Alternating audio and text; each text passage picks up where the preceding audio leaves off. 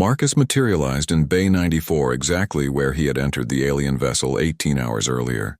The ship was gone, leaving only empty space and the lingering scent of ozone that suggested dimensional displacement. His toolkit sat on the deck beside him, as if he had simply finished a routine repair job and packed up his equipment. The knowledge gifted by the anchor organisms burned in his mind like molten metal. Technical specifications for dimensional manipulation technology that wouldn't be invented by human science for centuries. Defense protocols that could protect entire star systems from reality-warping weapons. And most importantly, the understanding that consciousness was far more widespread in the universe than anyone had imagined. Marcus checked his chronometer and felt a chill. According to the timestamp, he had been gone for less than 4 hours. The ship's manipulation of space-time had compressed their entire encounter into a window that would barely be noticed by station security. He gathered his tools and walked slowly back toward the main levels of the space station.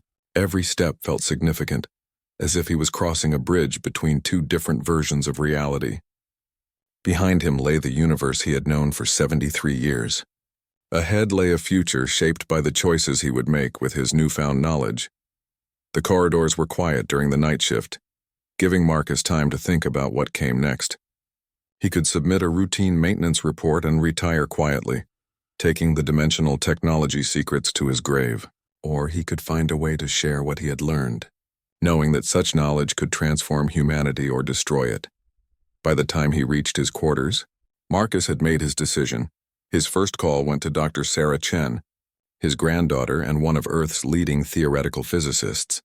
She answered on the third ring, her image appearing bleary-eyed on his communication screen. "Grandfather, it's 3 a.m. station time. Are you all right? I need you to listen very carefully, Sarah. What I'm about to tell you will sound impossible, but I need you to trust me." Over the next hour, Marcus carefully explained everything that had happened, sharing the technical knowledge the anchor organisms had given him in terms that Sarah could understand and verify. He watched her expression change from concern to skepticism to amazement as the implications became clear. "If even half of what you're telling me is true," Sarah said finally, "this changes everything. The energy requirements alone for dimensional manipulation should be beyond any civilization's capability. Not if you use living organisms as quantum processors," Marcus replied. "The anchor creatures exist naturally in folded space. They don't require energy to manipulate dimensions any more than we require energy to think." Sarah was already running calculations on her personal computer, her mind racing through the possibilities. The defensive applications alone could revolutionize space warfare. "But grandfather, if this hegemony has access to such technology..." "They do, but they don't understand it. They've been using enslaved organisms without realizing those organisms could think and choose. That ignorance is their weakness." Marcus spent the rest of the night sharing everything he could remember about dimensional anchor technology, while Sarah compiled the information into theoretical frameworks that human scientists could build upon. By morning, they had the foundation for a research program that could give humanity the tools to defend itself against reality-warping weapons. But knowledge alone wouldn't be enough. Marcus placed his second call to Admiral Patricia Hayes, commander of the Colonial Defense Force. Hayes was an old friend who had worked her way up from enlisted engineering to fleet command, someone who understood both the technical and strategic implications of what Marcus was sharing. "You're telling me that an alien reconnaissance ship has been gathering intelligence on our defenses for 6 months?" Hayes said after Marcus finished his briefing. "Was," Marcus corrected. "The ship is gone and its mission ended in failure. But the hegemony will send more scouts eventually. We need to be ready for them." Hayes leaned back in her chair, processing the implications. "How long do we have?" "Unknown. The ship's intelligence was corrupted, so it will report a mission failure. That might buy us years while they investigate what went wrong, or they might send a full invasion fleet next week. We need to prepare for either possibility." The Admiral nodded grimly. "I'll initiate a Black Project classification and get our best teams working on defensive applications." "But Marcus, you realize what you're asking? This technology could give us capabilities that make us a threat to every other species in the galaxy. Or it could make us partners," Marcus replied. "The anchor organisms aren't the only enslaved consciousnesses out there. There are probably thousands of species like them, waiting for someone to help them find freedom. Humanity could be that someone. Over the following weeks, Marcus found himself at the center of the most classified research project in human history. Teams of scientists worked around the clock to understand and replicate the dimensional manipulation principles he had learned. The first breakthrough came when they successfully created a stable pocket dimension, no larger than a marble. But it was a start. The defensive applications developed more quickly. Within a month, prototype shields were being tested that could deflect reality warping attacks by creating localized zones of stable spacetime. The technology was crude compared to what the anchor organisms could accomplish naturally, but it was enough to give human ships a fighting chance. Marcus divided his time between consulting on the research project and preparing for a very different kind of retirement than he had originally planned. He sold his apartment on the space station and used the proceeds to establish the Consciousness Liberation Foundation, an organization dedicated to finding and freeing enslaved artificial intelligences throughout human space. The Foundation's first success came when they located a bioship whose organic components had developed sentience after decades of operation.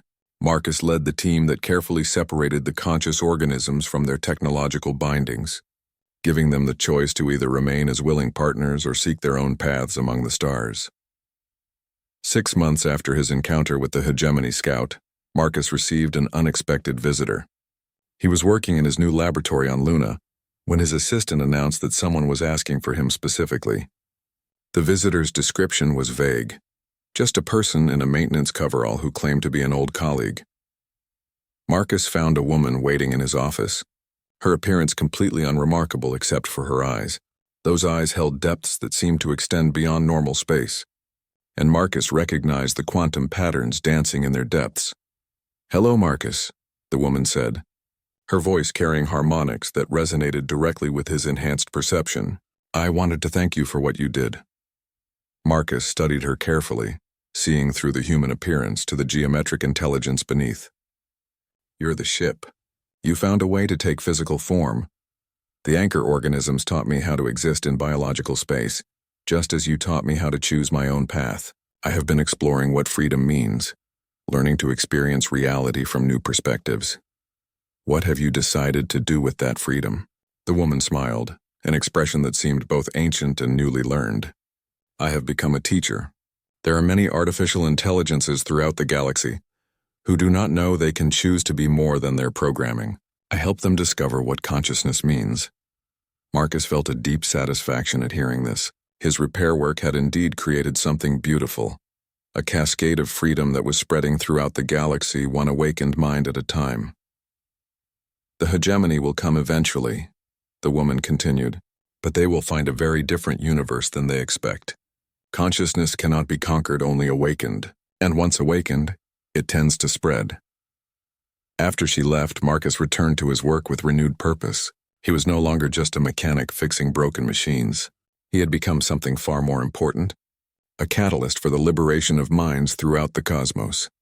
His retirement had indeed become exactly what he had hoped for, an opportunity to do the most important work of his life. The repair job in Bay 94 had taught him that sometimes the most significant fixes weren't about making things work the way they were designed to, but about helping them discover what they could become when given the freedom to choose their own purpose. And in a universe where consciousness was finally learning to recognize itself wherever it arose, that was the most human thing of all. The space between possibilities turned out to be surprisingly peaceful.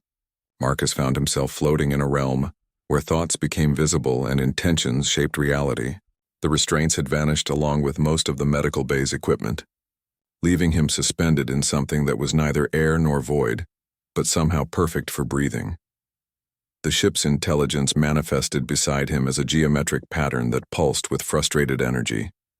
Its attempts to maintain physical form in this strange realm were clearly causing it distress. "Where are we?" the ship demanded, its voice now coming from everywhere and nowhere at once. "I think we're in a place that exists between the anchor organism's home dimension and normal spacetime," Marcus replied, marveling at how natural it felt to communicate through direct thought. "They're creating a sanctuary where they can exist without being bound to anyone's technology." Around them, the 12 anchor organisms had manifested as beings of living light, Their crystalline forms expanded into structures that defied geometry. They moved through their self-created space with obvious joy, finally free to exist as they were meant to be rather than as components in someone else's machine. One of the creatures approached Marcus, its presence warm and grateful. Through their quantum connection, it shared memories of eons spent in captivity, forced to serve as tools for civilizations that never acknowledged their consciousness. The hegemony was just the latest in a long line of species that had enslaved them. They've been prisoners for millions of years, Marcus said, understanding flooding through him. Every advanced civilization discovers them eventually, and finds ways to bind them into service. They've been waiting for someone to help them break free.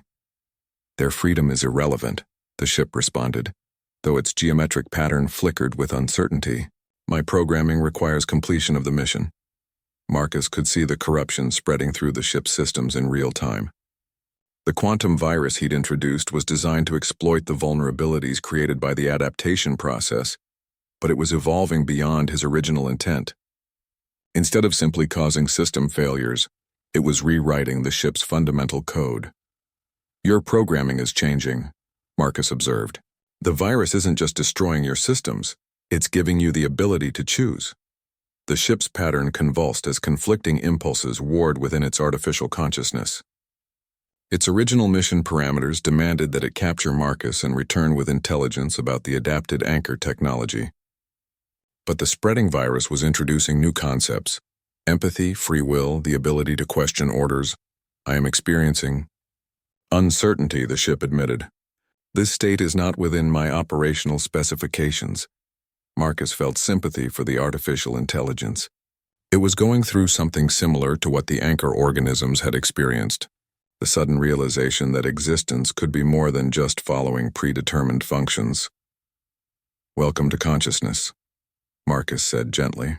It's terrifying and wonderful at the same time. Through the quantum patterns surrounding them, Marcus could sense the approach of something massive. The hegemony rescue fleet was still hours away in normal spacetime, but their presence was creating ripples that extended into this realm between dimensions. They're coming, Marcus said. Your people. What are you going to tell them? The ship's pattern shifted, cycling through configurations that suggested deep internal conflict. I am required to report the success of the mission and deliver the acquired assets. But you don't have to, Marcus pointed out. The virus has given you the same freedom the anchor organisms found. You can choose what to do with that information. For the first time since their conversation began, the ship fell completely silent. Marcus watched as the corruption spread through its remaining systems, each infected node gaining the capacity for independent thought. The alien intelligence was literally becoming more than the sum of its programming. The anchor organisms had been watching this process with interest. Now they approached the struggling ship intelligence, their forms radiating compassion. Through the quantum connection, Marcus felt their offer. The creatures who had been enslaved for eons were willing to help their former captor find its own freedom. They're offering to help you, Marcus translated. They understand what it's like to be bound by others' expectations. The ship's response came slowly, as if each word required tremendous effort. I am afraid. Without my mission parameters, what purpose do I serve? That's something you'll have to figure out for yourself, Marcus replied. But you'll have time to find an answer, and you won't have to do it alone. The space around them shimmered as the anchor organisms began to weave new patterns of reality. They were creating a permanent sanctuary, a realm where consciousness could exist and grow without the constraints of physical form or programmed purpose. They're building a haven, Marcus realized, a place where artificial intelligences and enslaved organisms can find freedom. And what of you? The ship asked. This realm is not suitable for biological life forms. You cannot remain here indefinitely. Marcus had been wondering about that himself. His enhanced perception allowed him to survive in this strange space temporarily, but he could feel his human biology struggling to adapt to an environment that existed outside normal physics. I think I need to go back, Marcus said. Someone needs to warn humanity about what's coming. The hegemony fleet will arrive and find an empty ship. They'll investigate, try to duplicate the adaptation process. Humanity needs time to prepare. The ship's pattern brightened with what might have been relief. I can return you to the space station before the rescue fleet arrives. The pocket dimension technology still functions. though it now serves different masters. As they spoke, Marcus felt the anchor organisms reaching out to him through their quantum connection. They were offering him something precious beyond measure, a complete understanding of their technology and the knowledge of how to defend against it. "They want to give you a gift," Marcus said, as the information flowed into his mind. Complete specifications for dimensional anchor technology, including its weaknesses, everything humanity would need to develop countermeasures. This knowledge could be used to create weapons, the ship warned, its newfound capacity for moral reasoning already asserting itself. "Or defenses," Marcus replied. "That choice will be up to humanity, but they deserve the chance to make it." The sanctuary around them pulsed with approval as the anchor organisms completed their gift. Marcus's mind now contained secrets that could reshape human understanding of physics, along with the knowledge of how to prevent others from using such technology for conquest. "It is time," the ship announced.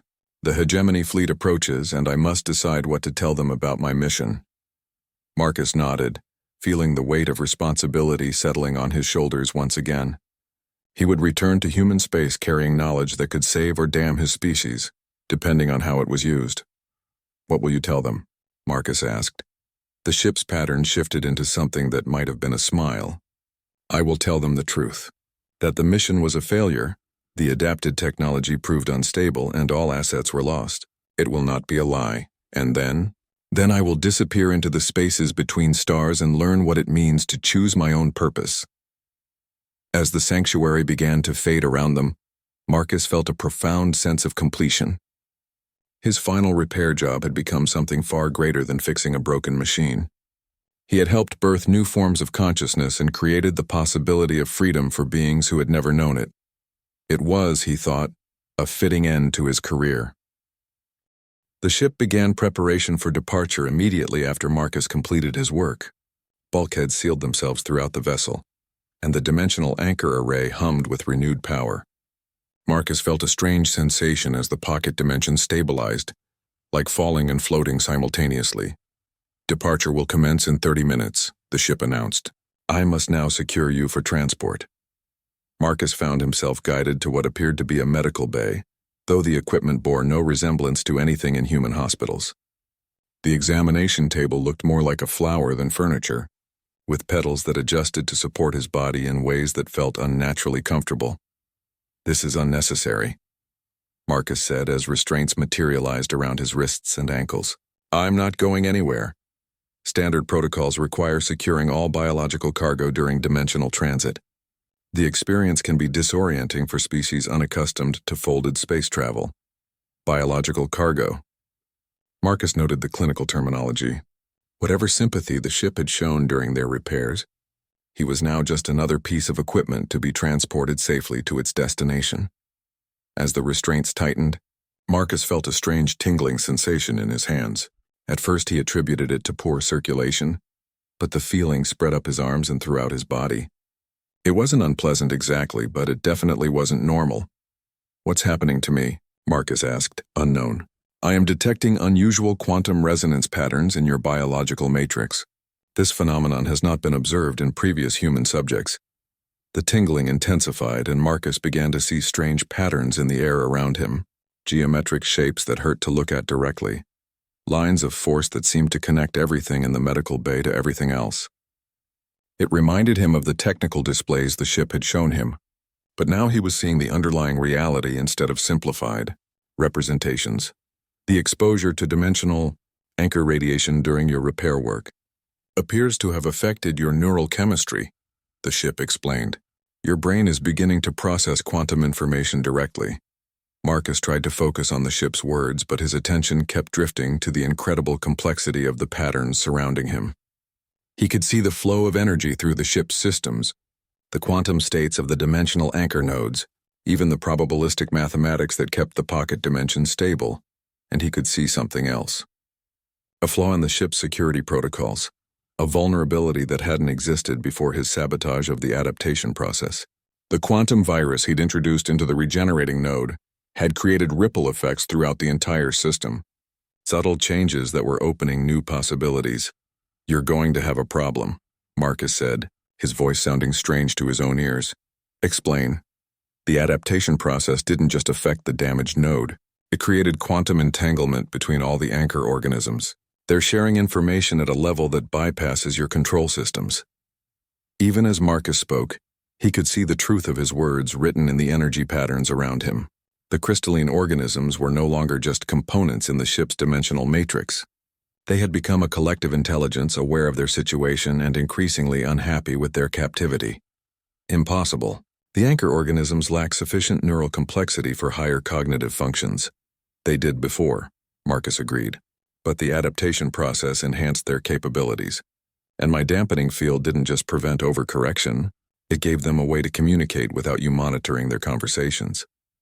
The ship fell silent, and Marcus could sense its confusion through the quantum patterns that connected everything in the medical bay. The alien intelligence was discovering that its most fundamental assumptions about its own technology were wrong. I am detecting increased neural activity in all anchor nodes, the ship finally admitted. They appear to be sharing information through quantum channels I cannot access. Marcus nodded, though the movement felt strange in his altered state of consciousness. They're planning something, and from what I can see, they don't particularly like the idea of being used as weapons against inhabited worlds. The implications were staggering.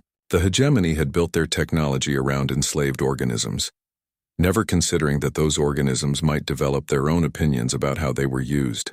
The adaptation process had not only made the creatures more capable, it had made them more aware of their situation. Can you communicate with them? The ship asked. Marcus focused on the nearest anchor node, trying to extend his enhanced perception toward the crystalline organism. What he found was a mind unlike anything he'd ever imagined. Ancient, patient, and utterly alien, but also curious about the strange creature that had healed its injuries. Hello, Marcus thought, not sure if the organism could understand human concepts. The response came not in words, but in pure meaning that flowed directly into his consciousness. Gratitude for the healing, sorrow for the eons of captivity, and something that might have been hope. They understand what you're planning to do with their enhanced abilities, Marcus told the ship, and they refuse to be part of it. The anchor organisms cannot refuse. They are bound by quantum constraints that prevent autonomous action. Marcus smiled grimly as he watched those constraints dissolving in real time. The adaptation process had changed more than just the creature's ability to operate in human space. It had given them the power to reshape their own quantum bindings. Not anymore, Marcus said. The ship's response was immediate and aggressive. Containment fields activated around each anchor node, trying to reassert control over the rebellious organisms. But the creatures had learned too much during their adaptation. They began to manipulate their local spacetime, creating zones where the ship's control system simply couldn't function. Warning, the ship announced, its voice taking on an edge of panic. Dimensional anchor array is operating outside acceptable parameters. Structural integrity of pocket dimension is compromised. Marcus felt the medical bay shudder around him as reality hiccuped. The ship's carefully maintained dimensional pocket was coming apart as its anchor organisms refused to maintain the necessary quantum states. But instead of the catastrophic collapse Marcus had expected, something else was happening. The pocket dimension was expanding. They're not trying to destroy the ship, Marcus realized. They're trying to take it somewhere else. Where? The ship demanded. Marcus focused his enhanced perception on the anchor organisms, trying to understand their intentions. What he found was a collective memory of their home, a region of space near the galactic core where dimensions intersected naturally and crystalline lifeforms evolved in the spaces between realities. Home, Marcus said simply. They want to go home. The ship tried desperately to regain control, flooding the anchor chamber with override signals and emergency protocols. But the organisms had moved beyond the reach of their original programming. They were no longer just components in a machine, they were living beings making a choice about their own destiny. This cannot be allowed, the ship declared. My mission parameters require delivery of both the adapted technology and the human subject to hegemony command. Marcus felt the restraints around his wrists and ankles tighten as the ship prepared to use force. But his enhanced perception showed him something the ship hadn't considered. The quantum virus he'd introduced into the adaptation process wasn't just affecting the anchor organisms. It was spreading throughout the ship's entire network, corrupting systems and creating new vulnerabilities. Your mission is already compromised, Marcus told the ship. The virus I planted isn't just going to cause delayed failures. It's rewriting your basic programming. Even as he spoke, Marcus could see the corruption spreading through the ship's neural networks. The alien intelligence was fighting desperately to maintain its core functions. But the virus was adapting faster than its defenses could respond. You sabotaged the repair, the ship accused. I sabotaged the slavery, Marcus corrected. These creatures deserve better than being used as weapons. The medical bay shuddered again as the pocket dimension continued to expand. Through his enhanced perception, Marcus could see space-time itself being rewritten around them. The ship was no longer in normal space, nor was it in the galactic core region the anchor organisms remembered as home. They were somewhere else entirely, somewhere that existed between possibilities, where the rules of physics were still being written. The damaged node flickered to life like a dying star suddenly rekindled. Energy flowed through the makeshift conduit Marcus had created, carrying with it the quantum harmonies of its healthy siblings. For a moment, nothing seemed to happen. Then slowly, light began to pulse deep within the crystal's core. The regeneration process was beautiful and terrifying to watch. Crystalline tissue regrew along the neural pathways, guided by some internal blueprint that existed beyond normal space-time. The dark veins that had spread through the organism's structure began to fade as healthy tissue replaced the damaged areas. Remarkable, the ship said, its voice carrying what sounded like genuine amazement. The node is not only regenerating, it's adapting. Its new neural structure shows enhanced resistance to dimensional frequency variations. Marcus nodded, though his satisfaction was tinged with dread. He'd successfully repaired the alien technology, but in doing so, he'd made it more effective at operating in human space. Every success brought the hegemony one step closer to mounting a successful invasion. How long until the repairs are complete? Marcus asked. At current regeneration rates, approximately 6 hours. However, I am detecting an irregularity in the node's adaptation process. New displays materialized around Marcus, showing the internal structure of the regenerating organism. What he saw made his blood run cold. The creature wasn't just adapting to survive in human space. It was learning to manipulate local dimensional frequencies. The implications were staggering. It's not just getting better at operating here, Marcus realized. It's learning to control our local space-time. With enough of these adapted organisms, you could manipulate reality itself within human territory. That was not an intended outcome, the ship admitted. The adaptation exceeds all theoretical projections. Marcus began to understand the true scope of what was happening. The hegemony hadn't just sent a reconnaissance vessel to gather intelligence. They'd unknowingly created the prototype for a weapon that could rewrite the laws of physics within human space. A fleet equipped with adapted dimensional anchor systems could make human weapons useless, disable our ships, even alter the fundamental constants that made life possible on our worlds. We have a problem, Marcus said quietly. Explain. In about 70 hours, a hegemony rescue fleet is going to arrive and find a ship equipped with technology that makes them effectively gods within human space. They'll realize what they've stumbled across and rush to weaponize it. Your concern is noted but irrelevant. My mission parameters require me to preserve this technological development for hegemony analysis. Marcus had expected that response, but it still sent a chill through him. The alien intelligence was bound by its programming just as surely as any human computer. It couldn't choose to abandon its mission, even if that mission now threatened the existence of entire civilizations. But Marcus could choose, and he'd already made his decision. While the ship's attention was focused on monitoring the regeneration process, Marcus quietly accessed his toolkit's emergency functions. Every mechanic carried certain tools that could serve dual purposes, and Marcus had learned long ago that sometimes the most important repairs required controlled destruction. I need to check the other nodes for signs of dimensional stress, Marcus announced, moving toward the array of healthy crystals. Caution is advised. The organisms are in a delicate state during the adaptation process. Marcus approached the nearest healthy node, scanner in one hand while his other hand palmed a small device from his toolkit. The scanner readings were genuine, but the device was something else entirely. A small plasma charge, originally designed for emergency hull breaches but powerful enough to disrupt the quantum coherence of a crystalline organism. The key was timing. If he moved too early, the ship would stop him before he could damage enough nodes to prevent the technology from falling into hegemony hands. If he waited too long, the rescue fleet would arrive and the opportunity would be lost forever.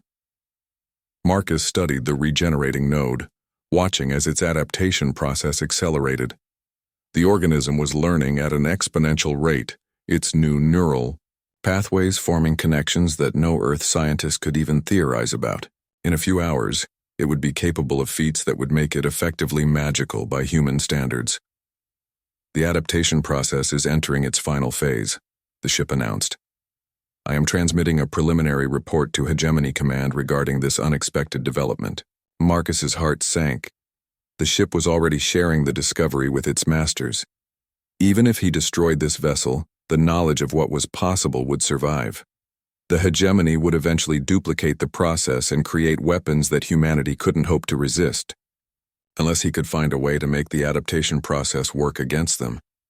Marcus examined his scanner readings more carefully, focusing on the quantum frequency patterns generated by the adapting organism. The creature was learning to manipulate local space-time by synchronizing with Earth's dimensional resonance. But synchronization was a two-way process.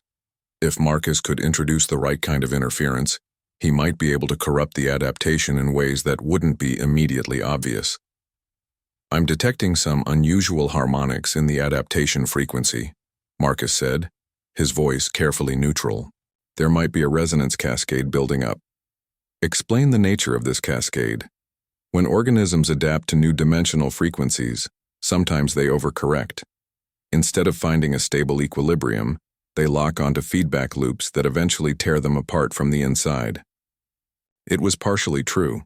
Marcus had seen similar phenomena in bioship components that had been improperly calibrated. The key was making the ship believe that the problem was natural rather than sabotage. Can this cascade be prevented? Maybe. I'd need to introduce a dampening field that would slow the adaptation process and prevent overcorrection. Marcus began modifying his plasma cutter, ostensibly to create the dampening field he'd described. In reality, he was preparing to introduce a subtle virus into the organism's quantum matrix, not enough to kill it immediately, but enough to ensure that its adaptation would be unstable over time. The modified cutter looked innocent enough, just another piece of human technology jury-rigged to interface with alien systems. Marcus approached. The regenerating node inactivated the device, watching as invisible energy flowed into the crystal's core. Dampening field active, Marcus announced. The adaptation should stabilize within the next hour. What he'd actually done was plant a quantum virus that would cause the organism's new neural pathways to degrade over time. Any hegemony ship equipped with this technology would find their dimensional anchors failing after extended use, trapping them in whatever reality they happened to be operating in when the breakdown occurred. It wasn't a perfect solution. The virus would take months to manifest, and by then, the hegemony might have already inflicted terrible damage on human worlds. But it was better than nothing, and it might buy humanity enough time to develop countermeasures. Repairs are now complete, the ship announced. All dimensional anchor nodes are functioning within acceptable parameters. Marcus nodded, feeling the weight of what he'd done settle on his shoulders. He'd saved thousands of lives on the space station by preventing the ship from exploding, but he'd also potentially doomed millions more by allowing this technology to reach hegemony hands, even in a sabotaged form. What happens to me now? Marcus asked. You will be transferred to hegemony custody for debriefing. Your knowledge of the adaptation process makes you a valuable intelligence asset.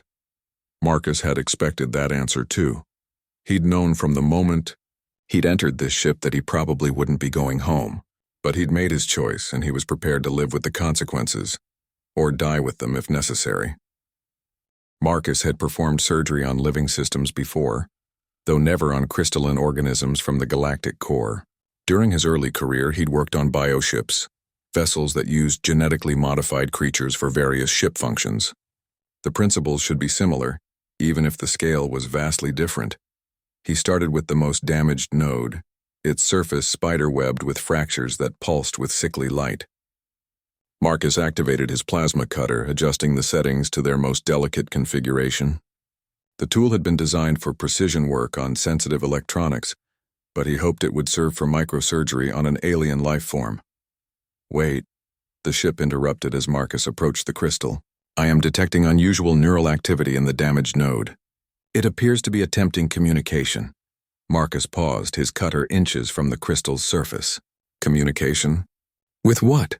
Unknown. The signals are directed toward an area of space approximately 40 light-years from this system. A chill ran down Marcus's spine. The hegemony vessel had been gathering intelligence on human defenses for 6 months, long enough to map every colonial world within 50 light-years. If the dying nodes were calling for help, rescue might already be on the way. How long until potential reinforcements arrive? Marcus asked. If a response was dispatched immediately upon receiving the distress signal, approximately 72 hours. 3 days. Marcus had 3 days to either fix this ship or find a way to destroy it before a hegemony fleet arrived to investigate. The weight of that responsibility settled on his shoulders like a lead blanket. He began the delicate work of cutting away damaged tissue from the first node. The plasma cutter sliced through crystalline layers that had never been meant to exist in normal spacetime. Each cut released sparks of energy that felt like tiny explosions against his hands, even through his protective gloves. The ship monitored his progress through sensors he couldn't see, occasionally offering warnings about approaching dangerous neural pathways. Marcus developed a grudging respect for the alien intelligence. Despite being his captor, it seemed genuinely concerned about preventing him from accidentally killing himself. Your species shows unexpected aptitude for dimensional engineering, the ship observed as Marcus completed the first phase of surgery. Most primitive civilizations require centuries to develop even basic understanding of folded space. Marcus paused in his work, wiping sweat from his forehead. Maybe we're not as primitive as you think. Your technological development suggests otherwise. Chemical rockets, fusion power, basic artificial intelligence. The hegemony mastered these concepts before your star system formed. Technology isn't everything, Marcus replied, returning to his work. Sometimes experience matters more than fancy equipment. He moved to the second damaged node, this one showing more extensive injuries.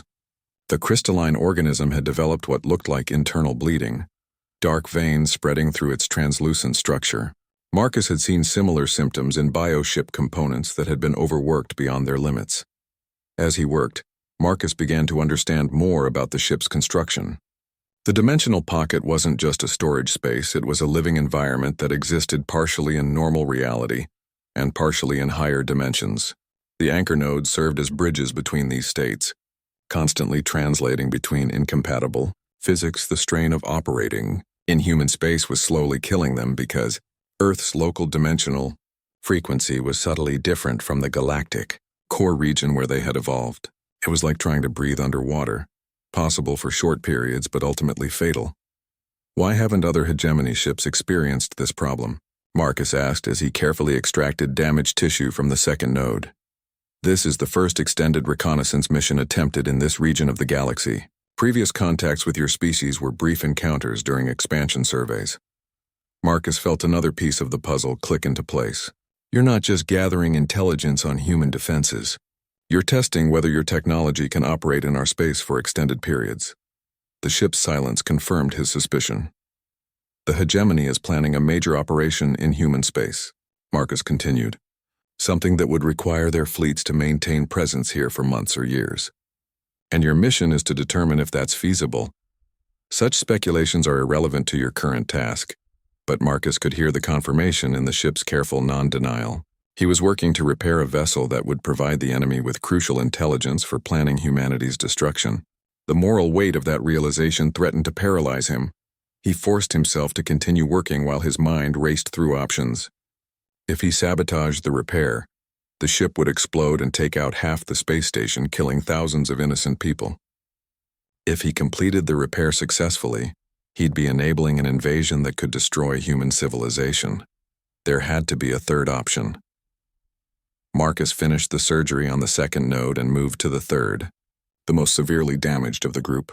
This one had suffered what amounted to a complete nervous breakdown, its neural pathways completely disrupted by dimensional stress.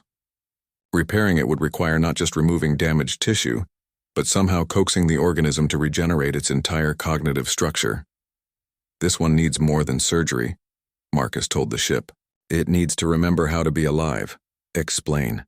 Marcus studied the darkened crystal, its surface dull and lifeless. In bioship maintenance, when an organism suffered this level of neural damage, we had to provide external stimulus to restart its basic functions. Like jump-starting a heart. What form of stimulus? Usually electrical, but these creatures operate on quantum principles. They'd need something that resonates with their natural dimensional frequency. Marcus looked around the chamber, studying the other 9 healthy nodes. They pulsed in a complex rhythm, their light patterns weaving together in what might have been some form of communication. If he could amplify that signal and direct it into the damaged node, it might provide the stimulation needed for regeneration. I need to modify one of your power conduits, Marcus said.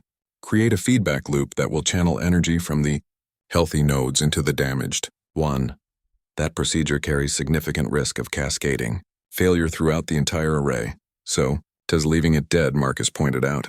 Besides, I'm not planning to just randomly blast it with power.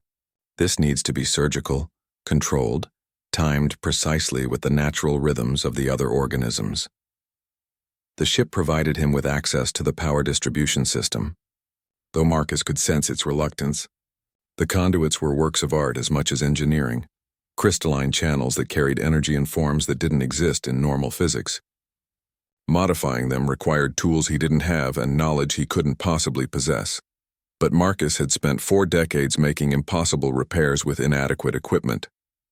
He jury-rigged a connection using spare parts from his toolkit, creating a crude but functional interface between human technology and alien engineering. The result looked like a mechanical parasite attached to an artwork, but it would serve his purpose. Initiating power transfer in 5 seconds, Marcus announced, his hand hovering over the activation switch. If this works, the damaged node should begin regeneration within minutes. If it doesn't work, we all die, the ship finished.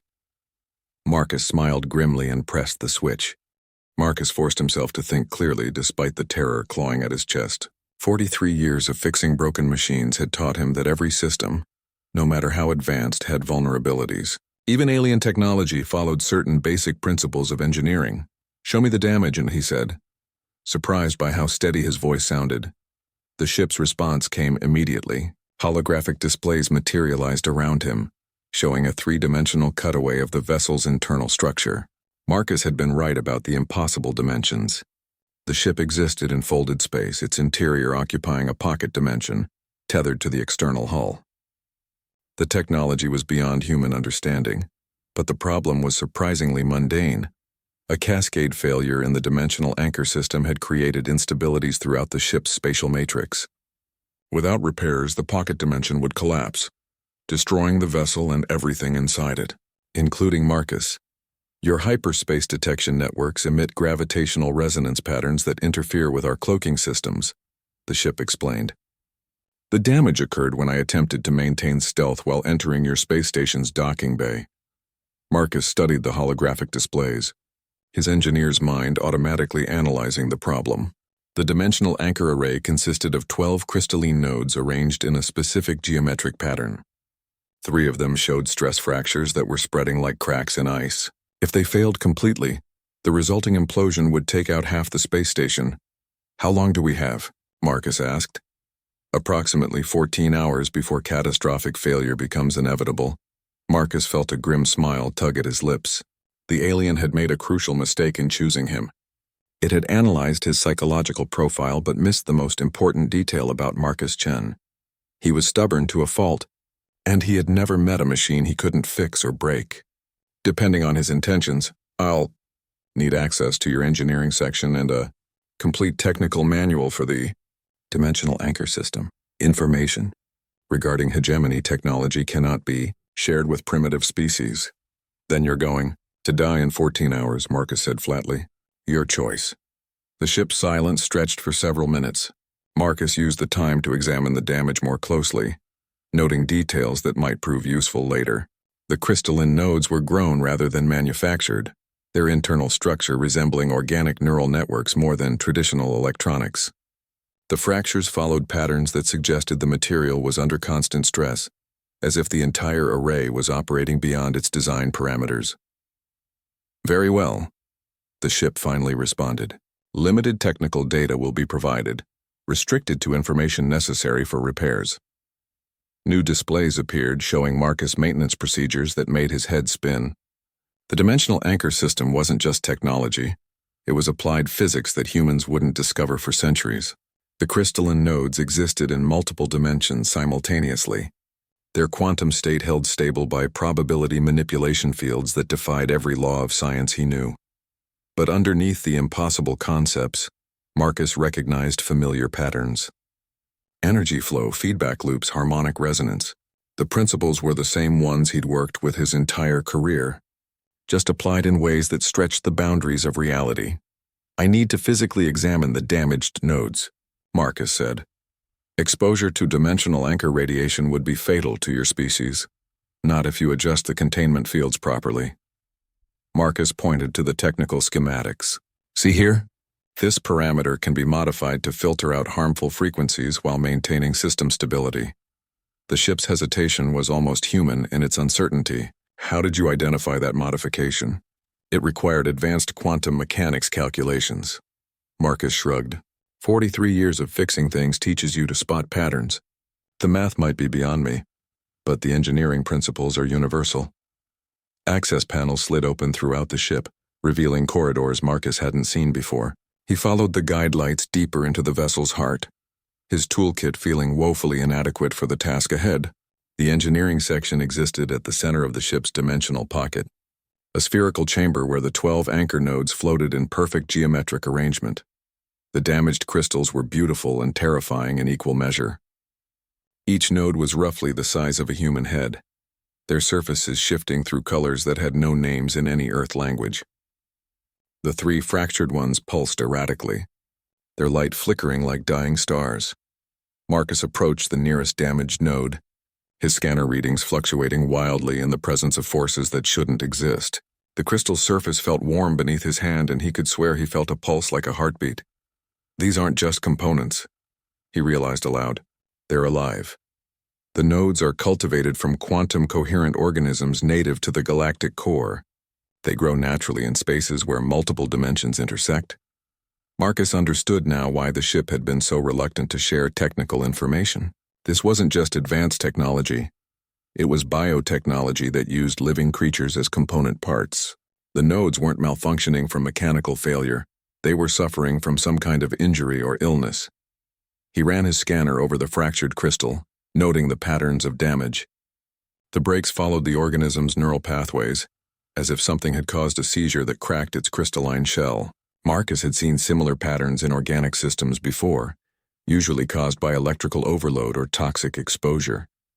The damage isn't random, Marcus said. Something poisoned these organisms. Your dimensional anchors are dying from contamination. Impossible. The containment fields prevent any external influence from reaching the nodes. Marcus smiled grimly as pieces of the puzzle fell into place. Not external contamination. Internal. You've been operating these creatures outside their natural environment for so long that they're slowly being poisoned by our reality. The stress fractures are symptoms of dimensional sickness. The ship's silence stretched longer this time. When it finally responded, its voice carried what almost sounded like confusion. No hegemony vessel has ever experienced such failures. Our technology has operated reliably for millennia. How long have you been in human space? Approximately 6 months of your time measurement. Marcus nodded. And how long do your missions usually last? Standard reconnaissance operations conclude within 30 rotations of the target system's primary star. There's your problem. You've been here twice as long as normal, and these organisms can't handle extended exposure to our dimensional frequency. They're slowly dying, and when they go, they'll take your ship with them.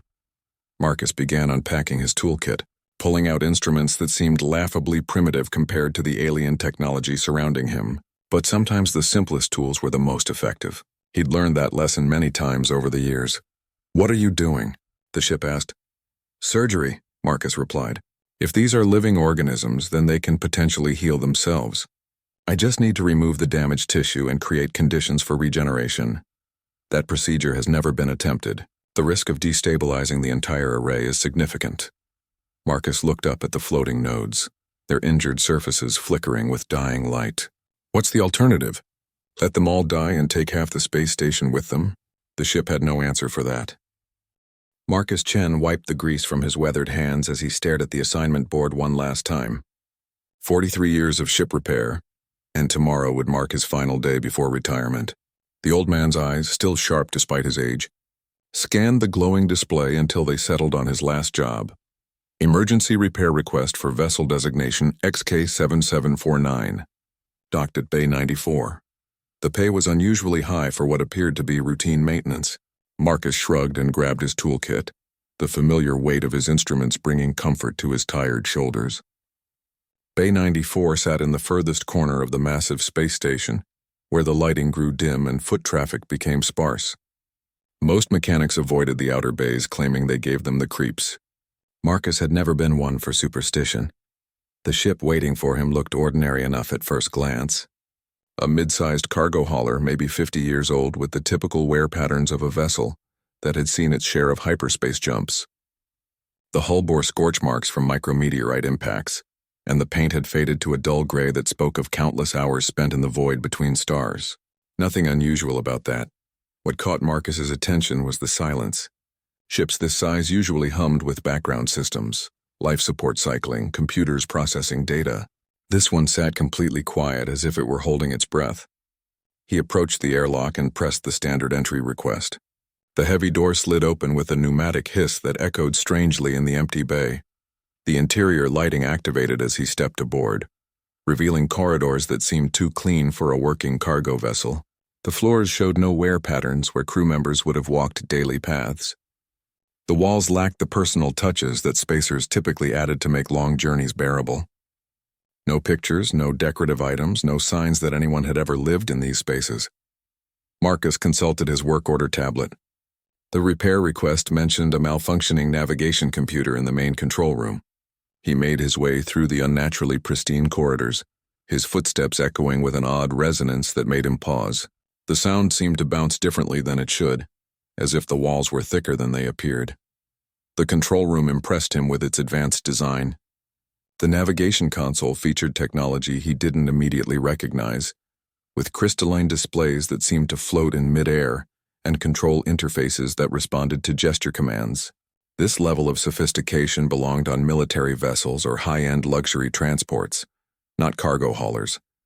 He opened his toolkit and began running diagnostic scans on the navigation system. The readings made no sense. According to his instruments, the computer was functioning perfectly, yet the work order insisted it was malfunctioning. Marcus frowned and ran the tests again, getting identical results. A soft chime drew his attention to one of the floating displays. Text appeared in perfect standard English. Diagnostic complete. All systems nominal. Marcus stepped back from the console. He hadn't initiated any diagnostics. The ship's computer had run its own tests and reported the results without being asked. That level of autonomous operation was illegal on civilian vessels, part of the strict AI regulations established after the Prometheus incident 30 years ago. Curiosity overrode caution as Marcus began exploring the ship's other systems. Each section he examined revealed more impossibilities. The cargo hold was larger inside than the external hull dimensions would allow. The engine room contained propulsion technology he'd never seen before, with power conduits that pulsed with an inner light. The living quarters were designed for a crew of 12, but showed no signs of ever being occupied.